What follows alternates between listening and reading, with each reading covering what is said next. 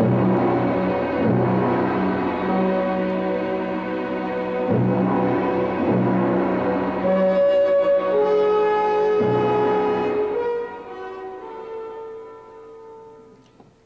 do you do, ladies and gentlemen? I am Julius Sumner Miller, and physics is my business. And our business today is the idea of center of gravity. A marvelous thing to consider, really, and fantastic in its consequences for the human race. Consider the following. I have here a double track which is downhill to my left. Here I have a cylinder of wood which, as you know, will go downhill, as any respectable cylinder should do. But here I have another geometrical form, and I put it at the bottom of the plane, and lo and behold, it goes uphill. And that's a strange business. Well, friction forces are holding it there, so you see, it goes uphill. And a proper understanding of this lies in an understanding of center of gravity, an idea we got first from Archimedes in about the 3rd century BC. Consider a stick, a meter stick.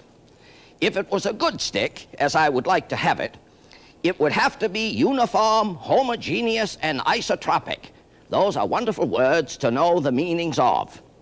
Supposing the stick weighs 10 pounds, and I support it with 2 fingers like that. It is clear that each finger pushes up with 5 pounds each.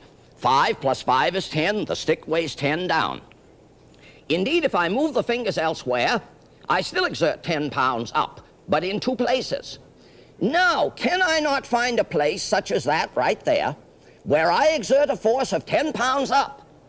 And we are then led to say that all the stick is right there, all of it, and that's the center of gravity of the stick.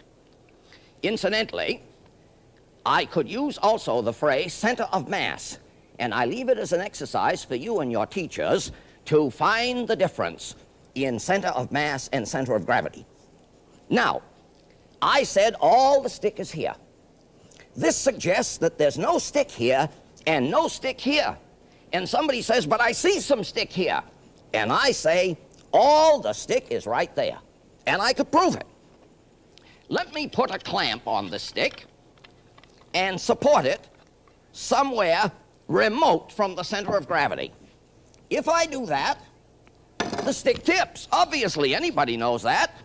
But if now I put another clamp on the other side and find an appropriate weight here, you will see an astonishing thing, that I can put the stick in equilibrium on the ground that all the weight is at the 50 mark. So, on the blackboard, it would look like this. Here is the stick. There is the center of gravity in the geometric center, and I have supported it right here with a weight hanging here. And I say that if we consider all the weight of the stick, W sub S, acting right there, then that weight of the stick times that distance there is equal to this weight times this distance here.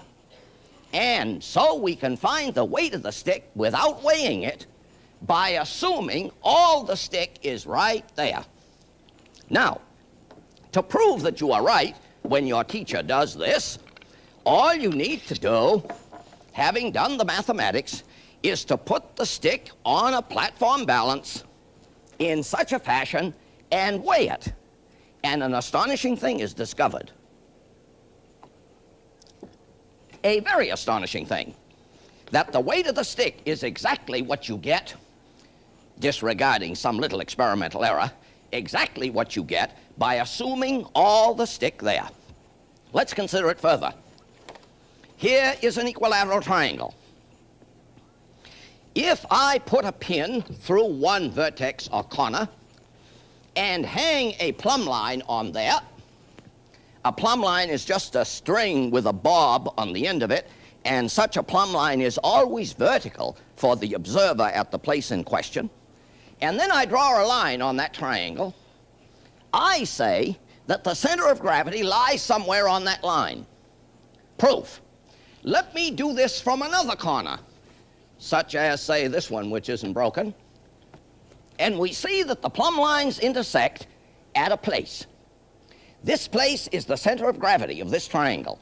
All the triangle is right there. Proof.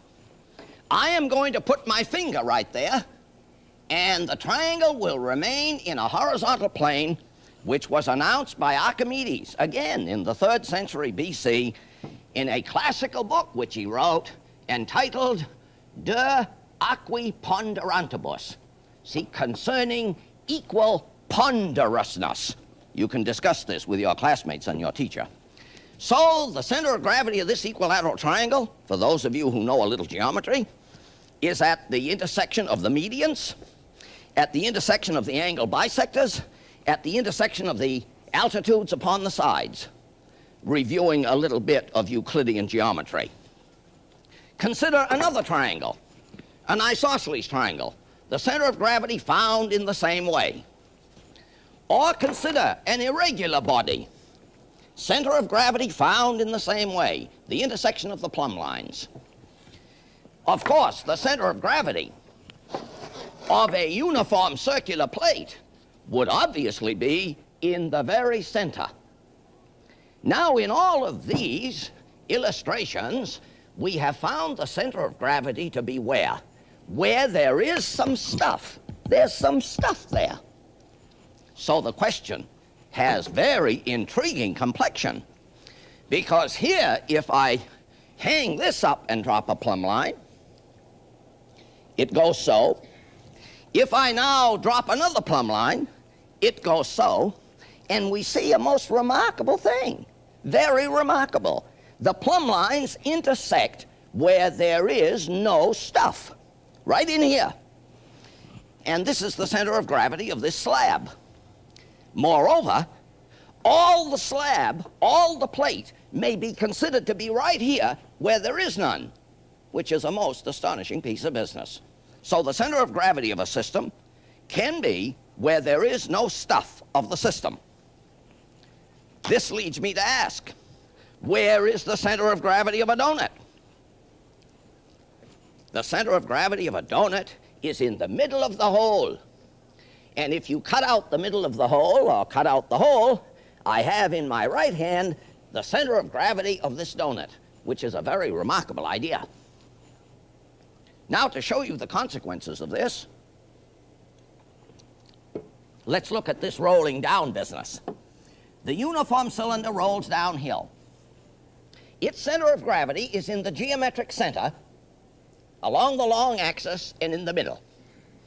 If we measure the height of the center of gravity above the tabletop, which I would call the zero potential plane, measure it there, then measure it down here, we would find that this is lower than this. Accordingly, the center of gravity has gone downhill, which introduces another very fundamental principle, namely that the energy of a system tends toward less. So this goes downhill. The center of gravity has gravitated downhill. On this one, the center of gravity of this double cone, referred to as a cone of two nappes, N-A-P-P-E-S, beautiful geometry established by René Descartes, the Frenchman. The center of gravity of this double cone lies along this central axis and in the middle of this single base. So when I put the cone here, the center of gravity is so high above the zero potential plane, the tabletop, and where is it now? It is clearly nearer the tabletop. So again, the center of gravity has gone downhill, although it looks as if this is a crazy piece of business, that the cone, stuck a little by friction there, the cone appears to roll uphill.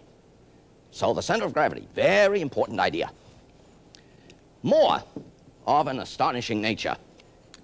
Here is a cork stopper. Here is a cork stopper with a pin in it, and there's the head of the pin. Here is another cork stopper with a pin in it, and that's the point of the pin. And if I put these point to head in this position, if I can find that position here, and let go, obviously it will not stay stably. It will tip over. Why? Because the center of gravity is above the point of support, a condition that is not good for equilibrium. So what do? I put a couple forks in here in any way whatsoever, and then I put the point of the pin on the head of the pin, and there it is. Let me get this away so it doesn't hit the glass vessel, and we see an astonishing thing. Just look at that. Should not that fall off? It should. But why doesn't it? It does not fall off for this reason. The center of gravity of this system is below the point of support, which is another condition of equilibrium. Here's a good illustration of it. Take this little man, a little metal figure in the shape of a man who supports himself, you see, on the toe of one foot. And that's fantastic, really. He is very stable. If I tried to knock him off, oh, that just slipped there. That didn't really fall off because of the inadequacy of the center of gravity. Look at that. What must we say?